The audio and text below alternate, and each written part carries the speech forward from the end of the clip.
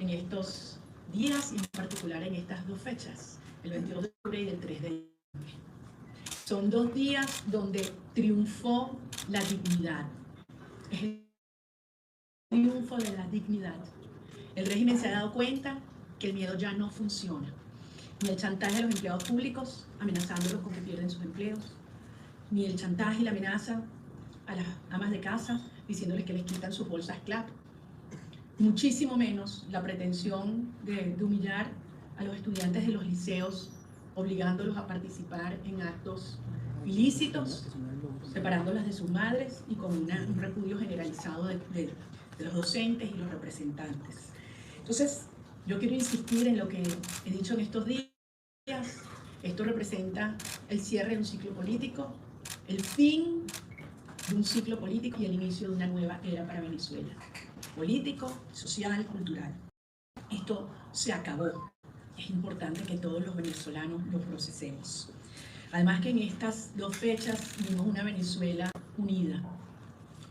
Una Venezuela unida por un país en el cual podamos vivir con dignidad y respeto, donde la vida valga,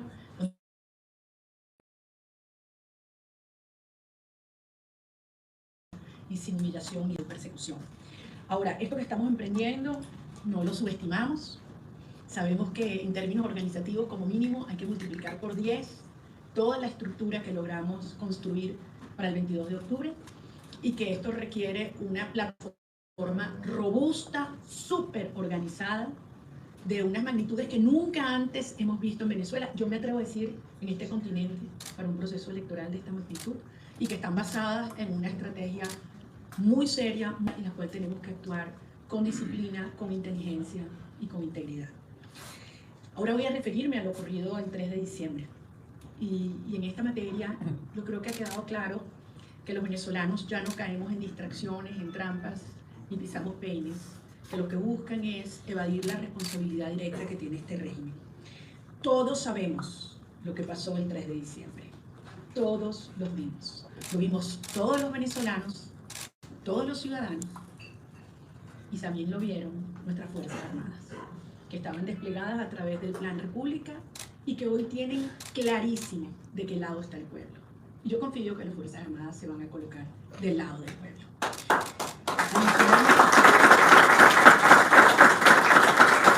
Yo creo que adicionalmente quedó desnudo el Consejo Nacional Electoral, pero además lo desnudaron ellos mismos. La poca credibilidad que podía tener este organismo se la arrebataron de una. Ni ellos mismos creen los resultados. Y por eso nosotros tenemos el aparato de integridad electoral para poder emplear las elecciones presidenciales del año 24 exige un nivel de organización y participación ciudadana sin precedentes. Y también demuestra por qué insistimos tanto y logramos que las primarias fueran sin precedentes.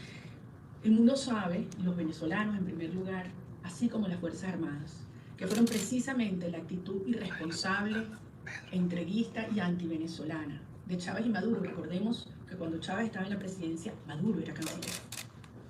Producto de sus omisiones, declaraciones y acciones que permitieron que Guyana cometiera atropellos y concediera concesiones improcedentes de explotación del territorio y de las elecciones en reclamación.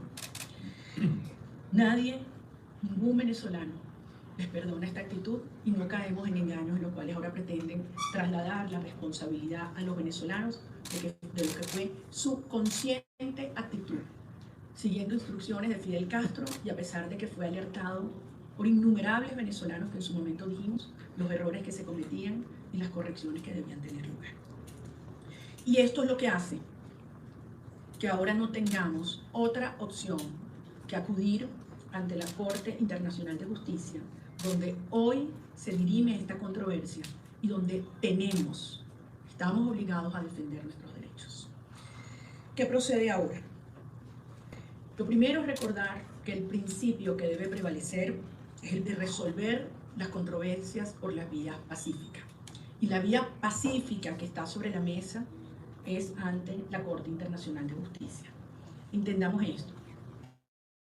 Tenemos hasta el 8 de abril para que Venezuela pueda presentar su contramemoria ante la Corte Internacional de Justicia y allí presentar todos los argumentos, todos los alegatos históricos, diplomáticos, judiciales que soportan nuestra posición histórica. Esto tenemos que hacerlo con los mejores venezolanos y también con expertos internacionales, juristas, diplomáticos, historiadores, militares. Convocar a los mejores al margen de sus preferencias políticas, porque esto es un asunto de Estado que nos tiene que unir a todos. Así como el referendo fue un planteamiento que dividió a la sociedad venezolana, este es el momento de unirnos todos para defender a Venezuela como Venezuela se lo merece. Hay otro tema muy sensible y urgente que no puedo dejar de mencionar. Ambos países están llevando adelante una explotación irracional del territorio. Maduro en Venezuela, Guyana en el Esequibo. Y además del daño ecológico brutal, los principales afectados son las comunidades indígenas que habitan esta zona. Y mucho más ante el planteamiento y la amenaza de un conflicto armado que tendría precisamente en estos grupos indígenas sus principales víctimas. Por eso es momento de decir mucho cuidado. Mucho cuidado. Sabemos cómo actúan los perdedores radicales cuando se saben perdidos. Escalar una retórica bélica como una excusa para salirse de la ruta electoral porque se saben perdidos es algo que ni los venezolanos ni la comunidad internacional vamos a tolerar. Y lo quiero repetir. Utilizar una retórica bélica, una escalada que puede tener consecuencias impensables como excusa para salirse de la ruta electoral es algo que los venezolanos no vamos a permitir y sabemos que la comunidad internacional tampoco. De modo que apelamos a la sensatez de todos los ciudadanos venezolanos, desde luego, y de nuestras Fuerzas Armadas y de las demás instituciones que entienden dónde y cómo está ahora planteada la resolución de nuestra controversia. Pero sí quiero decir algo. Venezuela tiene quien la defienda. Venezuela sí tiene quien la defienda. Y en nuestro gobierno la vamos a defender.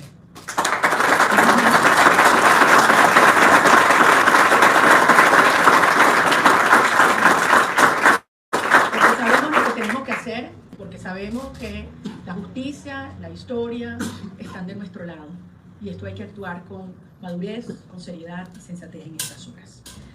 Hablando de defensa, no quiero dejar de mencionar muy especialmente en estas horas a aquellos venezolanos que están siendo perseguidos, torturados y presos. A los venezolanos presos civiles, presos militares y también a los presos de otra nacionalidad, en particular los presos norteamericanos que están siendo objeto hoy de discusiones y transacciones. Todos los venezolanos, todos, incluyendo los empleados públicos, a quienes debemos considerar también en muchos casos como presos políticos, cuentan con nuestro total respaldo y están presentes en la primera línea de nuestra lucha. Para terminar, para mencionar lo que hemos estado haciendo hoy. Tenemos todo el día trabajando, hemos estado avanzando en el desarrollo de nuestro plan estratégico, que como he mencionado en estos últimos días, tiene 3 grandes líneas. La línea de la Gran Alianza Nacional, que involucra a todos los venezolanos que comparten los consensos y los valores de la nueva Venezuela y que vamos a trabajar desde un nivel nacional hasta el nivel comunitario. La segunda línea es el aparato de integridad electoral. Esto incluye todo tipo de iniciativas y acciones orientadas a desarrollar la inteligencia electoral, a entender todas las aberraciones que el régimen ha hecho en esta materia y que sigue cometiendo en estos días y que sabemos que realizaron a propósito del evento del 3 de diciembre. Y que incluye además la construcción de lo que hemos llamado el proyecto 600K, que son más de 600.000 venezolanos, de todos los venezolanos convocados a la defensa del voto. Y en tercer lugar, hablamos de la alineación global. Y es un trabajo arduo que ya estamos llevando adelante. Yo he tenido contactos con muchísimas personas fuera del país para que todo el mundo entienda que una transición ordenada, sostenida e irreversible le conviene a todo el mundo, incluso a aquellos gobiernos que han estado por razones, digamos, ideológicas o afinidades cercanas al régimen de Maduro, pero que hoy entienden que por el bien de toda la región es necesario avanzar hacia una transición pacífica. En los próximos días vamos a anunciar la conformación de la campaña, del Comando Nacional de la campaña, la conformación de los comandos estatales, de los comandos municipales y de los comandos parroquiales. Y les ratifico que en ellos habrá representación de todos los sectores de la sociedad civil venezolana y de todos los partidos con quienes tenemos reuniones y comunicaciones todos los días. Así que bueno, muchísimas gracias. ¿Vas a ir al tribunal? María Corina, Ya va. Lo primero que queremos saber es si vas a acudir al Tribunal Supremo de Justicia en las próximas horas o en el próximo día. También si hay, no sé, si has hablado con los otros candidatos inhabilitados para que sea una sola decisión. Y por otro lado, hace pocos minutos se acaba de pronunciar el fiscal William Saab en relación con el equipo de María Corina Machado. Nombró a Henry Aliares, el coordinador, también a Pedro Ruchurto, a Claudia, entre otras cosas, ¿no? Entonces queríamos saber esas dos interrogantes. Bueno, creo que son confesiones de lo que está ocurriendo. Y lo voy a repetir, nuestra ruta es una ruta de organización ciudadana, es una ruta que nos lleva a la realización de elecciones presidenciales libres y competitivas. Todos los miembros de esta organización estamos abocados a ello, como ustedes lo saben, y lo que ocurre es un régimen desesperado que se sabe derrotado. Y si creen que con esto van a crear miedo, descalabro, desmoralización o desmovilización, todo lo contrario, nos dan muchas más razones a Perkins Rocha, a Henry Aliares, a Claudia Macero, a Pedro Ruchurtu, que son todos miembros de la Dirección Nacional que están aquí. Sepan que cuentan con todo el apoyo, no solamente de 20, sino de toda la sociedad venezolana.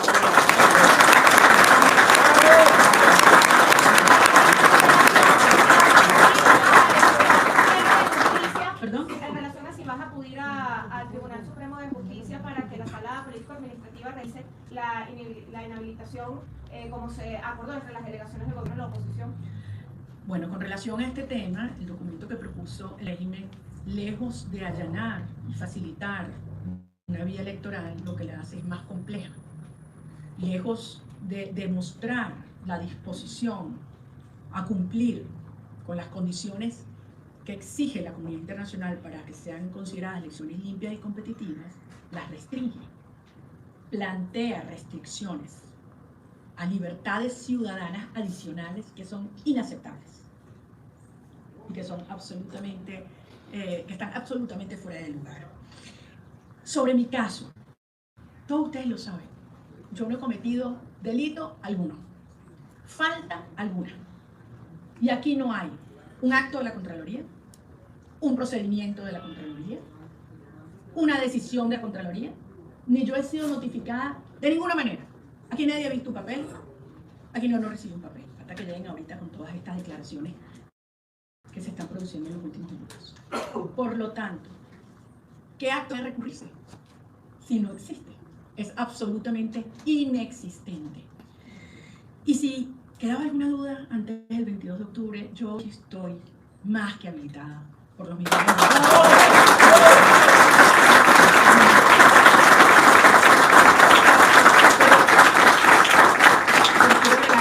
más. Este documento se produce en el contexto de un acuerdo firmado en Barbados que implica una serie de compromisos por parte en materia de liberación de presos políticos, compromisos que no se han cumplido. Por lo tanto, este régimen no es confiable. ¿Por qué creer que van a cumplir con una parte si no cumplen con la otra? Entonces, yo creo que esto es un tema que debe quedar muy claro. Este régimen no es confiable. Y por mi parte les digo, así no. Así no. Déjeme terminar un minutito, porque creo que es un tema súper importante. Si algo ha quedado claro, es que este es un hecho político y no jurídico. Y lo acaba de confirmar la información que nos está llegando en tiempo real por parte de este señor, persiguiendo a venezolanos honorables que dedican su vida a trabajar por la democracia de Venezuela. Esto es un acto de orden político, no jurídico. Y en función de eso yo puedo asegurarles que tenemos una estrategia robusta día a día para enfrentar de manera política y jurídica lo que aquí está planteado. Y esa es la fuerza que yo tengo, es la fuerza de la gente. Y por lo tanto,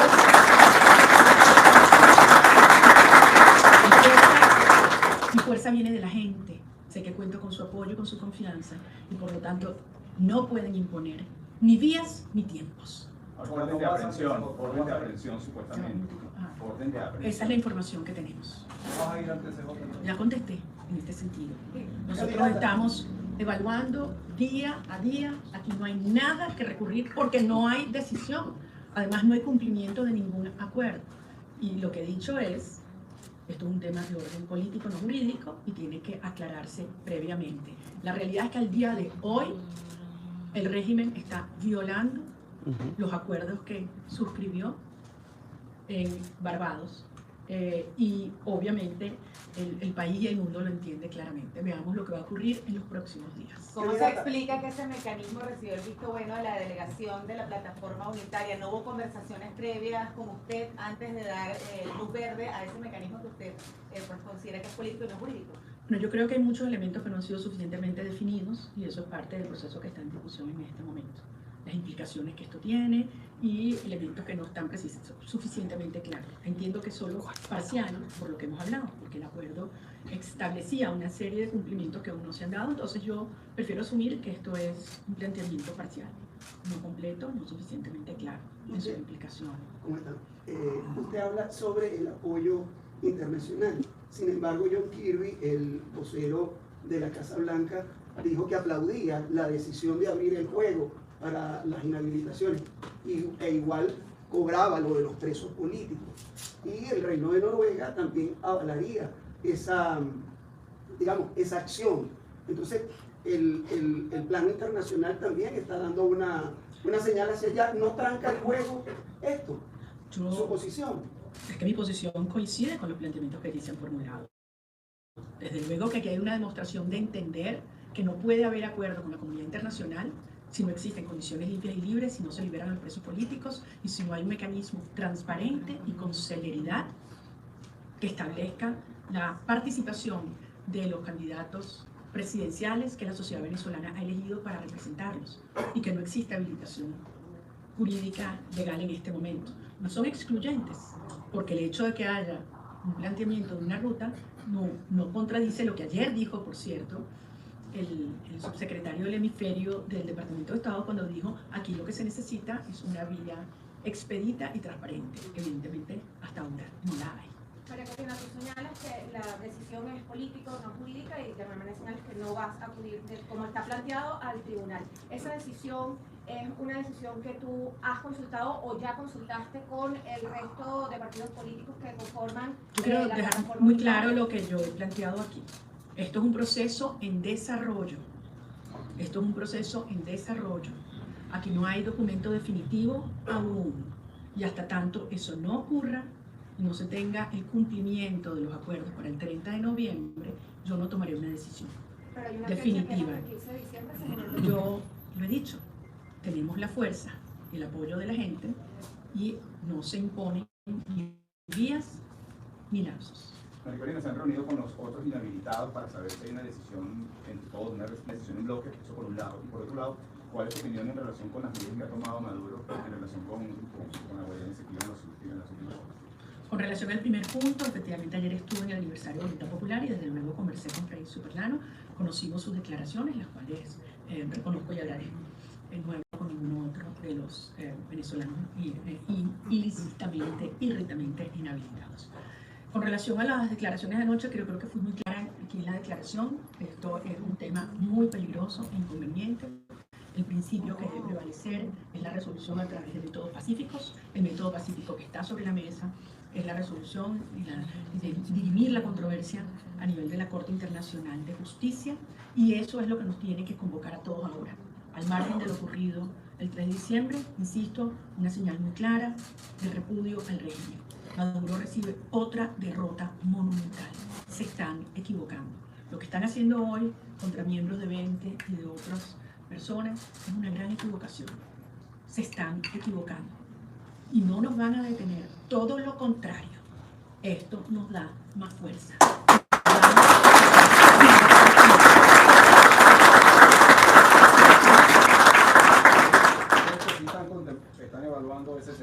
político para suspender las elecciones viéndose derrotados en 2024? Ya, perdón. ¿Toma esto de quién es? Bien. Lo dejo aquí. Gracias. Mira, son perdedores radicales y actúan de manera irracional y delirante. Lo han hecho en el pasado. Hoy apelamos a la sensatez de todos los venezolanos. Esto sería una línea de acción peligrosísima e inconveniente. No solamente para los venezolanos, la gente. ¿Cómo pueden estar hablando de un conflicto y de una guerra con lo que está viviendo el país hoy? O sea, el conflicto se está dando en los mercados, en las calles, en las escuelas, en las universidades, en los hospitales que colapsan. ¿Cómo pueden estar hablando de abrir un frente que implique todo lo que esto implica solamente porque se saben perdidos en la ruta electoral? Esto es una irresponsabilidad que lo supera a ellos mismos, pero que además lo está aislando completamente de la comunidad internacional, porque hasta los gobiernos que han sido sus aliados están diciendo ya va, por ahí no, por ahí no. Y yo repito, estamos donde estamos, en la Corte Internacional de Justicia por culpa de Chávez y Maduro. No pueden echarle la culpa a la gente. Y esto es algo que no pueden evadir, porque la decisión que se tome en la Corte Internacional de Justicia habrá que acatarla. Entonces, aquí no estamos para una escalada bélica. No es lo que quieren los venezolanos y les aseguro que no es lo que quieren las Fuerzas Armadas venezolanas tampoco. Candidata, ¿qué opinas sobre la solicitud del gobierno de mediación del gobierno cubano para la diferencia con el tema del Esequibo, número 1? Número 2, ahora en la mañana las acciones de ExxonMobil se tomaron en la bolsa de valores, producto de las declaraciones del CEO de ExxonMobil. ¿Qué opina usted sobre eso? Bueno, en primer lugar,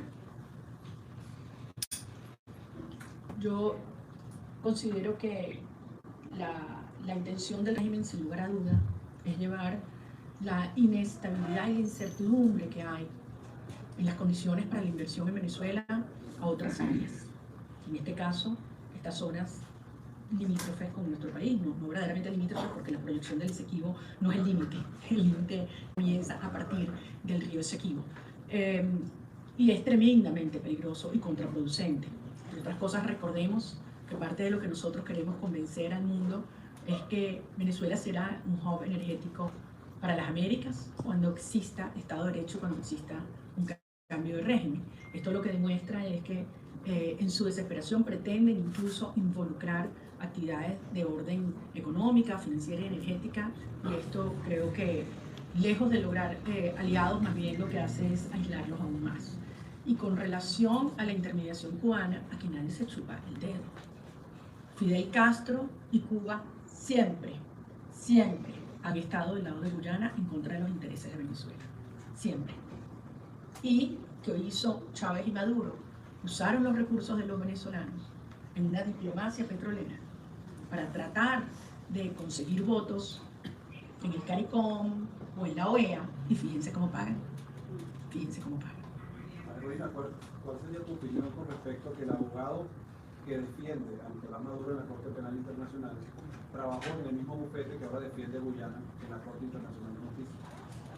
Bueno, yo creo que están saliendo a flote todas estas contradicciones y todas estas relaciones que no nos van a sorprender, y lo peor es que en Venezuela tenemos, Fernando, juristas de altísimo nivel con capacidad de llevar adelante, es más, que han participado en la defensa de otras disputas y otras controversias en otros países, y que por razones de orden político el régimen los ha excluido. Entonces, si aquí hubiese algo de seriedad, buscaríamos a los que sí saben y a los que sí le duele Venezuela. O sea, no es un tema de Maduro, su parcialidad política, esto es algo que nos tiene que unir e interesar a todos los venezolanos. Por eso nosotros hemos planteado y creemos que es lo próximo que debemos fortalecer y promover, en la constitución de un equipo con los mejores expertos en todas las áreas, venezolanos y extranjeros, que claramente son los que están hoy llevando adelante la defensa, pues si no nos hubieran cometido todos los errores y las contradicciones que hemos visto en estos últimos meses. Solo para precisar, por ahora no vas a apoyar el PSJ porque no se te han notificado. Si esas condiciones cambian, si recibes una notificación por parte de la Contraloría, si en las próximas horas se liberan a presos políticos, porque fue lo que insinuó el día de ayer Jorge Rodríguez, presidente de la Asamblea Nacional, puedes cambiar tu postura y revisar la situación. Como bien dices, Daniela, si cambian muchas condiciones, entre otras las que tú planteas, nosotros evaluaremos y tomaremos una decisión. No la hemos tomado en este momento, lo que queda claro es que así no. María, tu opinión en torno al aumento de la presencia militar en los municipios fronterizos con el Esequibo. Te agradezco, reitero lo mismo. Esto es evidente para todos los venezolanos. Una escalada bélica que se está utilizando como excusa para salirse de una ruta electoral porque se saben perdidos. Porque se saben perdidos.